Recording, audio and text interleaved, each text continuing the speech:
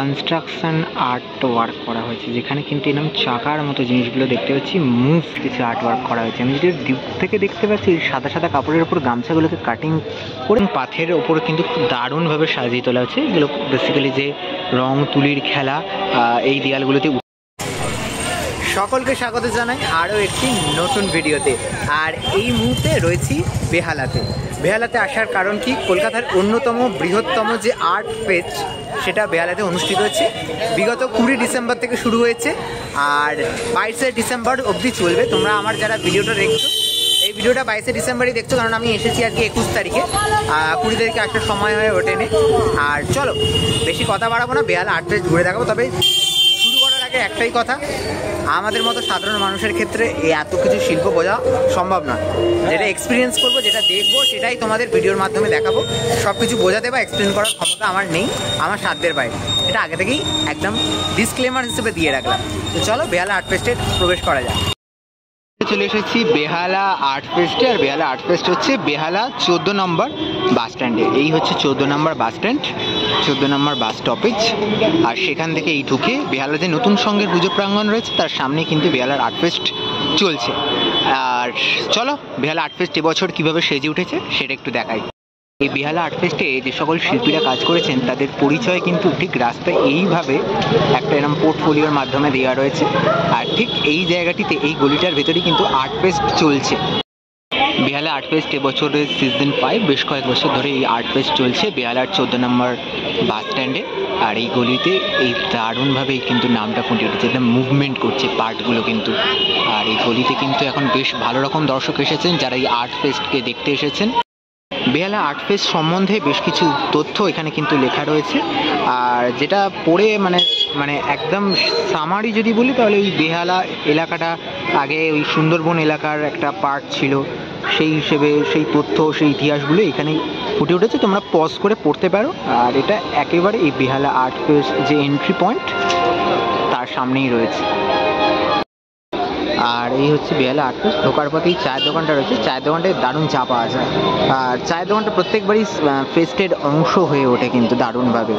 আর এই যে ধীরে ধীরে আমরা ভেতরে প্রবেশ করে বেহালাতে শিল্পের যে উদযাপন, আর সেই শিল্পের উদযাপনকে নিয়ে কিন্তু এই যে ওয়ালগুলো কিন্তু দারুণভাবে সেজে উঠেছে।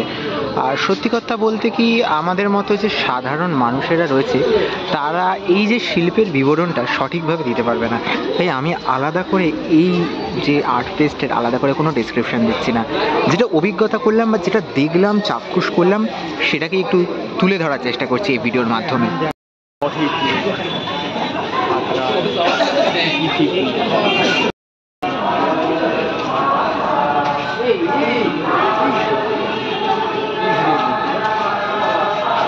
এখানের ওয়ালগুলোকে কিন্তু একদম ওয়াকিং পাথের ওপর কিন্তু খুব দারুণভাবে সাজিয়ে তোলা হচ্ছে। এগুলো বেসিক্যালি যে রং তুলির খেলা এই দেয়ালগুলোতে উঠে এসেছে।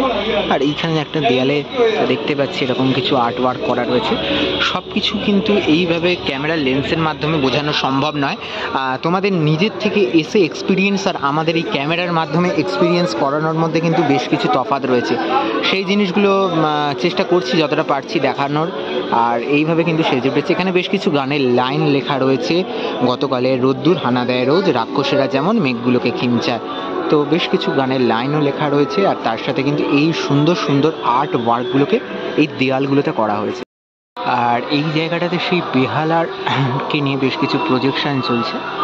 এই জায়গাটা এরকম প্রজেকশনের পার্ট রয়েছে। এটা কিন্তু একটা উঁচু বিল্ডিং, বিল্ডিংয়ের ওপরে কিন্তু খুব সুন্দর করে এই কাপড়ের ওপরে ওয়ার্কগুলো করা হয়েছে, তার সাথে প্রজেকশনগুলো করা হয়েছে। এখানে বেশ কিছু এরকম রয়েছে, এইগুলো কিন্তু এখানে এরকম লাইটটা কিন্তু বারবার জ্বলা নেভা করছে। তো দেখো আর্ট ওয়ার্ক যেগুলো একদম আমরা সাধারণ মানুষরা তোমাদের কী করে বোঝাই। আর এই বিল্ডিংটা দেখো, এই বিল্ডিংটা কিন্তু গতবারও এইরকমভাবে সাজানো হয়েছিল। আর এবছর একটা দারুণ আর্ট ওয়ার্ক করা হয়েছে বিল্ডিংটার উপর।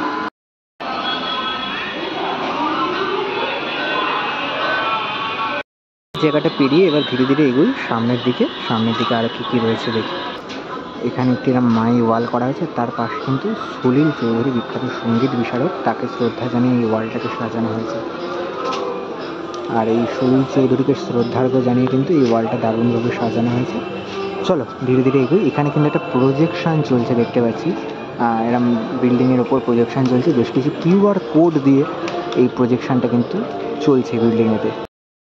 আচ্ছা, এইবার চলে এসছি একদম ভেতরের দিকটাতে। এইখানে আরও বেশ কিছু এরকম আর্টওয়ার্ক ইনস্টলেশন হয়েছে। এইদিকে একটা এরকম দেখতে পাচ্ছি, ব্রাইটনেসটা যদি বাড়াই দেখতে পাবো, এখানে এরকম একটা আর্টওয়ার্ক ইনস্টলেশন হয়েছে। আর তার তলায় কিন্তু এরকম জল রয়েছে, জলেতে কিন্তু প্রজেকশনের ওয়ার্ক চলছে। কিন্তু সেই বেহালা এবং বেহালা একসময় যে সুন্দরবনের অন্তর্গত ছিল সেই ব্যাপারে কিন্তু প্রজেকশনগুলো চলছে, আমি যতটা দেখে বুঝতে পারলাম। এখানে আরও বেশ কিছু ইনস্টলেশন হয়েছে এরকম ফটোর মাধ্যমে। আর এই দিকটাতে কিছু লেখা রয়েছে, অন্ধকার এই জায়গাটা দেখাতে পারছি না, আমি পড়ছি শোনো। বেহালার বাসিন্দা হরিদাস রায় প্রতিদিন ছাদে এসে মুড়ি, রুটির টুকরো ও আলু সেদ্ধ কাক, শালিক, চড়াইদের জন্য ছড়াতেন। পাখিগুলো ধরা পড়বে না জেনে নির্ভয়ে আসতো। আর সেইগুলোই কিন্তু এখানে ফটোর মাধ্যমে সেই ডাস্টবিনগুলোর ছবি কিন্তু এখানে রাখা রয়েছে। তার পাশে এই দিকটাতে কিন্তু একটা ছোট্ট চায়ের গুমটির মতো জিনিস তৈরি করা হয়েছে। এই জায়গাটাতে চায়ের গুমটি তৈরি করা হয়েছে।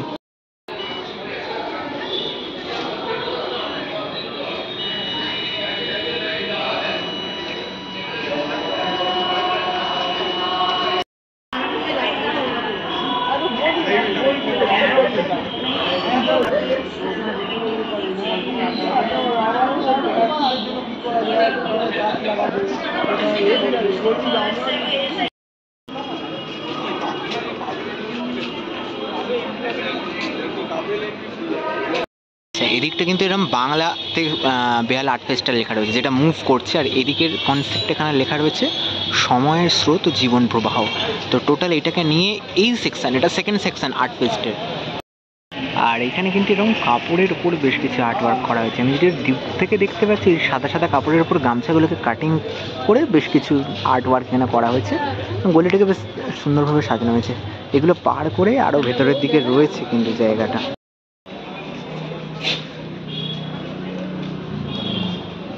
চলে এসছি আরও একটু ভেতরের দিকে।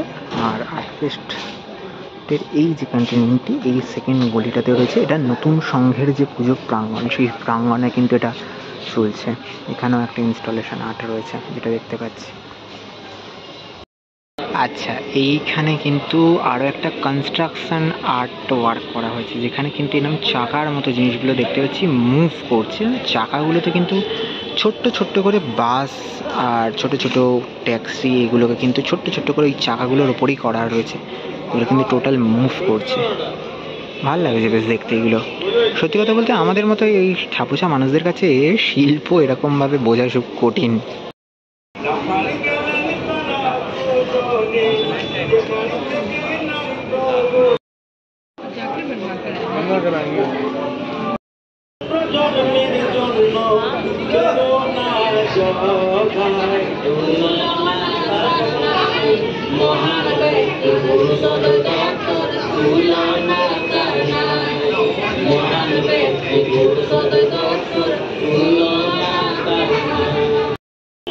ধোপাপাড়া বা কলতলার পাড়ার মতো কিন্তু এখানে সেই যেরকম দেখে এসেছি ছোটোবেলায় সেই কাপড় শুকুর দেওয়া হতো পাড়ার এলাকাগুলোতে, ঠিক সেইভাবে সেই পুরনো যে কলকাতার সেই কাপড় শুকুর দেওয়ার যে ব্যাপারটা, সেই জিনিসগুলোকে কিন্তু এখানে করা রয়েছে।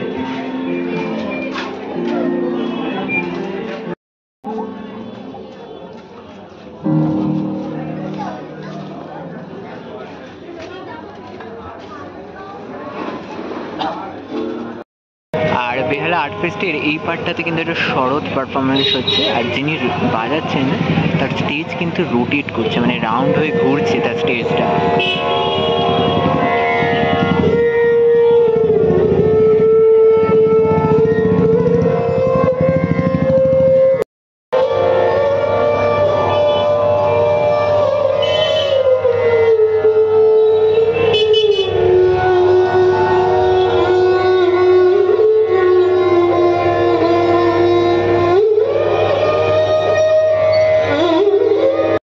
আর এখানে বেশ কিছু রকম স্টলও রয়েছে, বিভিন্ন হাতে তৈরি জিনিসের স্টল, সেগুলো তোমরা এখান থেকে পারচেস করতে পারো।